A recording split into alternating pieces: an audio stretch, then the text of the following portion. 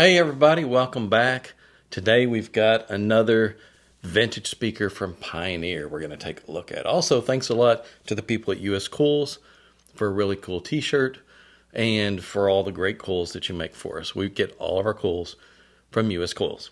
All right, let's dig into this one. This is another vintage speaker, and there's a lot of nostalgia centered around a lot of these vintage speakers, and not so much because the performance was all that great, but the experience that the customer may have had with that speaker when it was new. Like the first time they heard that speaker, and I had a pair in my dorm, and there's a memory there that can't be topped no matter how great the next experience is going to be. That's an initial first time experience that's part of the nostalgia, and one of the reasons why people are sending in these vintage speakers, because not only is there that nostalgia centered around them and those memories, but they want to bring these things up to a modern performance level so that you can enjoy them, so they can enjoy them and listen to them and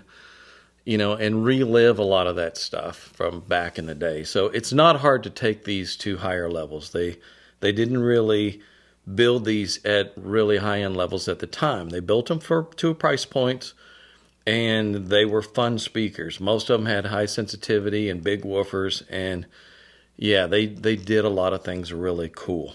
Now, this model, the HPM-150, one of the bigger models, and we're going to dig into this thing and look at it, and I'm going to take the grills off of this thing so we can see just exactly what's going on with this thing. So hold on one moment here. I'm going to take this one off the top. This is a glass piece that goes on the top. So I'm going to set it there and make sure that it doesn't get damaged. And then, of course, the big grill across the whole front of it here. Now, I know you can't see the top of it because it's a pretty big speaker and it's designed to sit on the floor. So what I'm going to do is I'm just going to let this thing down on the lift table here to where we can see the top of it. And on top of this model is a tweeter. That's a tweeter that radiates in 360 degrees. And it should be coming into view now. It's a weird looking thing. And it doesn't have a lot of output in any direction. The sensitivity is very low and the output levels were very low. But it did create a little bit of a sense of spaciousness that you would not normally have gotten out of the speaker if it didn't have that on there. It added just a little bit there. That's what it did. Big woofer, pretty good size little motor structure on that. We sent test tones through this thing. It does have good output down to around 30 hertz or so. It's got pretty good output. The mid was not exactly a high-end driver. There's definitely issues with this little paper cone mid, and the paper cone tweeter actually played down really low. It's got a low FS, and it'll go down low. It's got pretty good little surround on the outside of it here where there's some travel there. It's got a little bit of X-Max to it.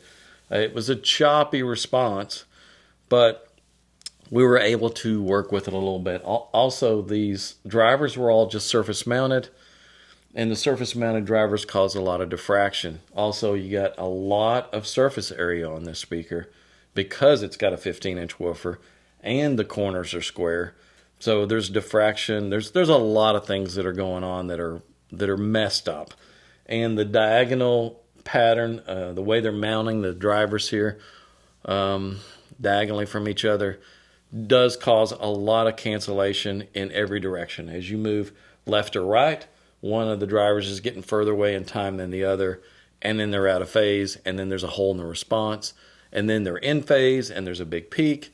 And the same thing goes with vertical off axis. You go up or down, you're changing the time arrival a little bit from one to the other, and you're changing the output. And the drivers pretty much played on top of each other. They weren't really playing within their own ranges very well. There was a couple of attenuators right there on the front of this thing. We played with those a little bit, tried to see what we could do to flatten out the response, and they were of little use, but some use. With the one on the tweeter, at some point, as you brought it down, and then it just fell away. It's like it wasn't linear through that whole range. At some point, it just created a lot of resistance, and it completely knocked it out. The mid, also bringing it up and down, didn't really solve some of the issues, as there was a big hole in the response, maybe between the mid and the woofer, and it just, bringing that level down just made the hole deeper. It was a mix. Crossover parts are all mounted on a small board that mounted to the back of the binding post cup. It just mounts to the back of it like this, and you just kind of have to pull it out through the hole. The connections that go through this thing were steel. These are steel screws that are making the connection to the binding posts, which are partially ferrous. There's some magnetic material in there, but it's not a lot. It's just enough, it'll barely hold it. So there's some steel in there, but a pure steel screw going through it that makes the connection, and on the other side, the nuts are also steel. Then, of course, it's got iron core inductors on everything, even with a screw running through the middle of it. There is an electrolytic capacitor in there, and there's some polyester film caps. There's one resistor. There's not much here, and it's very small gauge coils. The wiring on everything was 18 gauge except for the woofer. I think the woofer actually had 16 gauge wire on. So you didn't get a lot for your money as far as quality on the insides.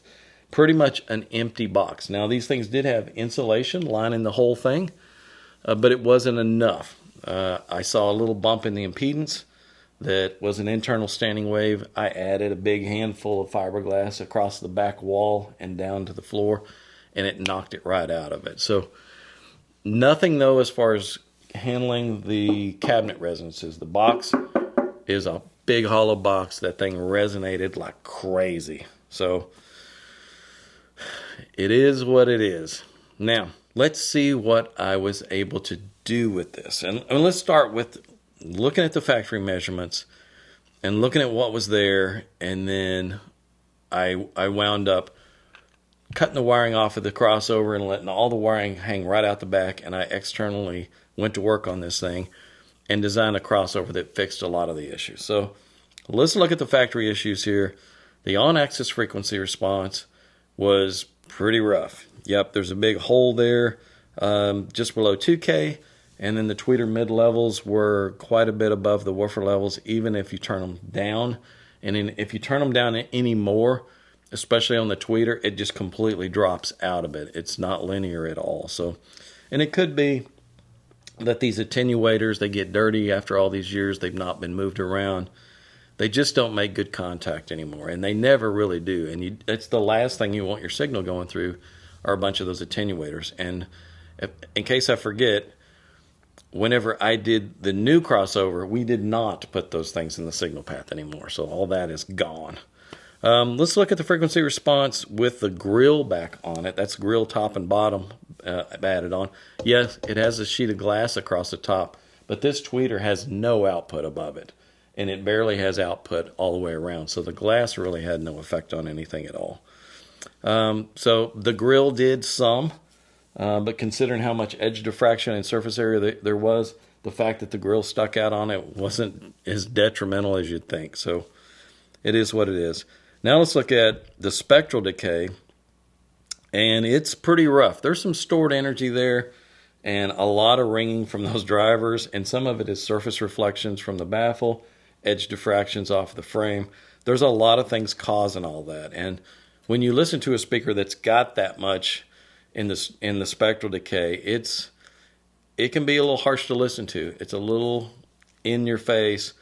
The music note has stopped on the input signal, but the speaker's continuing to output ringing within those areas. So if you look at some of those traces there, you'll see some of them are a peak, and then they continue down. That's stored energy there in the ringing. Some of them, like where that hole is, you don't see a peak or a ridge line, but you see one kind of pop up and move over from another location. And that could be indicative of the surface reflections and things like that are going on with it. Also, the woofer level was so much down from the tweeter level, often when I look at spectral decays, I'll pick the whole thing up 5 dB. So we push the woofer level up, and it does push the tweeter mid-levels up above the graph a little bit, but it lets us see a little further down. It lets us see 5 dB further down. And when we do that, we see that some of those areas where the stored energy is going out there quite a way. So it is quite a mess. Next, let's look at the off-axis responses. And I measured it in both directions since it's not symmetric.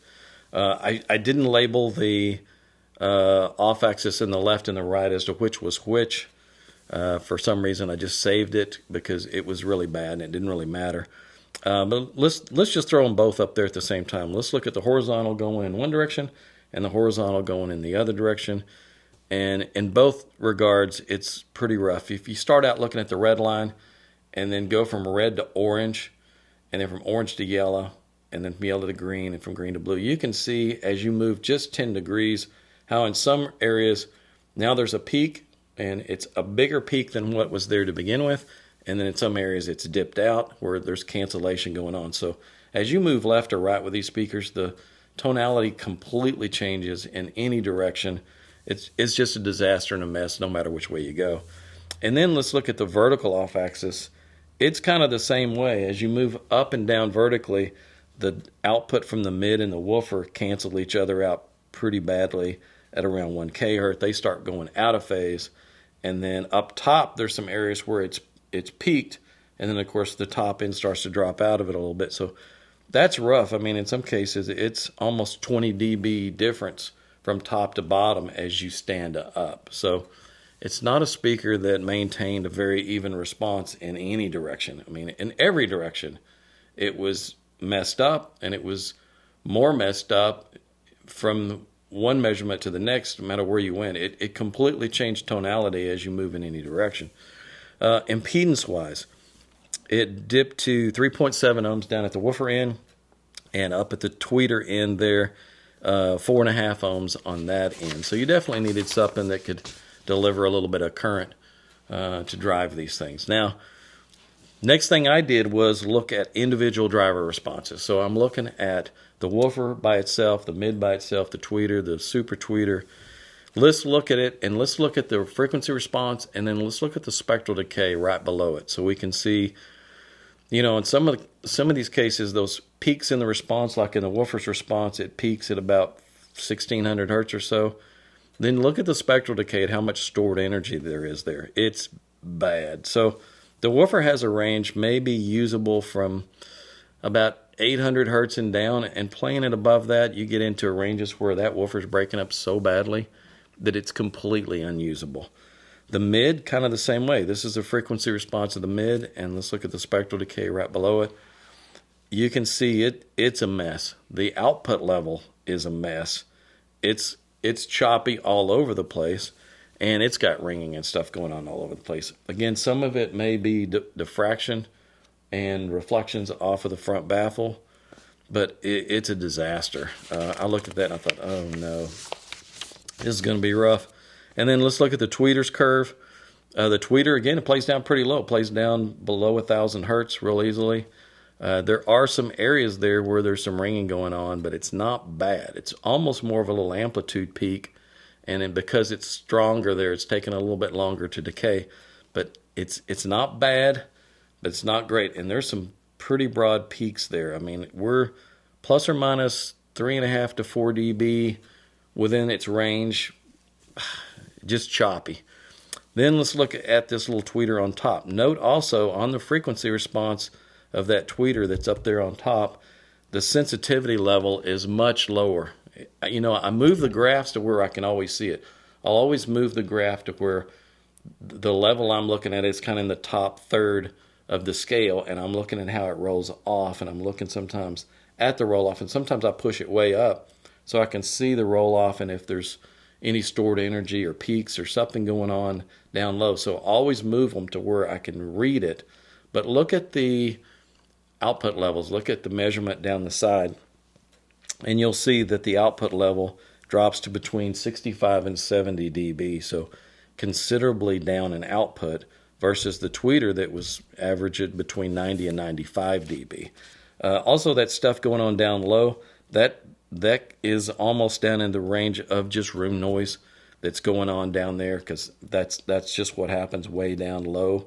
That's at 50 dB, 50 to 55 dB. That's where you see ambient room noise. So a lot of that you see in the spectral decay way down there, that's not really the output of the device. It's not the tweeter itself. It's just background noise. All right, let's take a look at what I was able to do with this thing.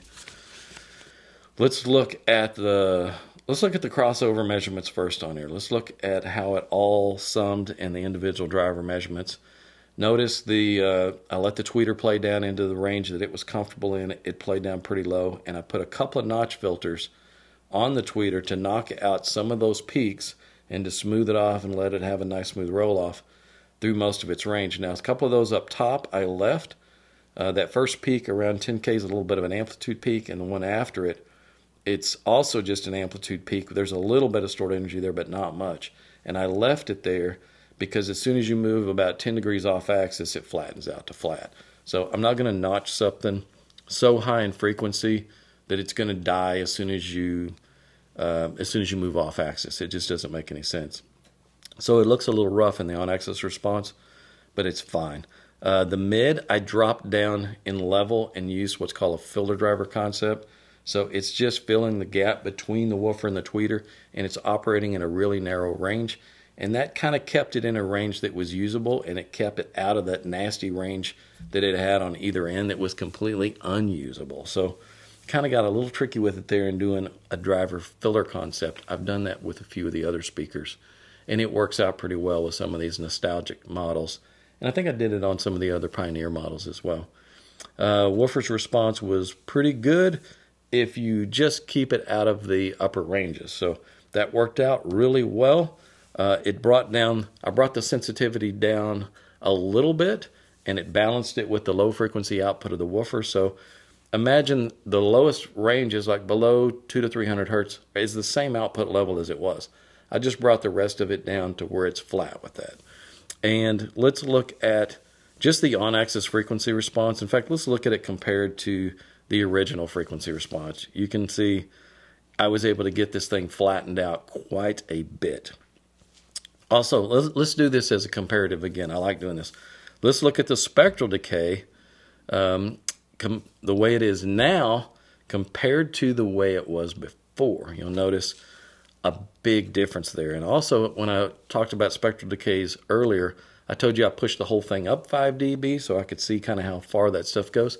I did that with it on after the crossover design was done, I did it on it as well. Let's look at it with the output levels pushed up 5 dB, and let's compare that to the original where the spectral decay was pushed up 5 dB. As you can see, there's a considerable difference there. There's still some traces down there at the bottom. You can see where there is some little bit of ringing going on, and a lot of that is the surface reflections off of this wide baffle, and that happens when you get a big wide baffle. That stuff's going to reflect straight off of it if you're on axis.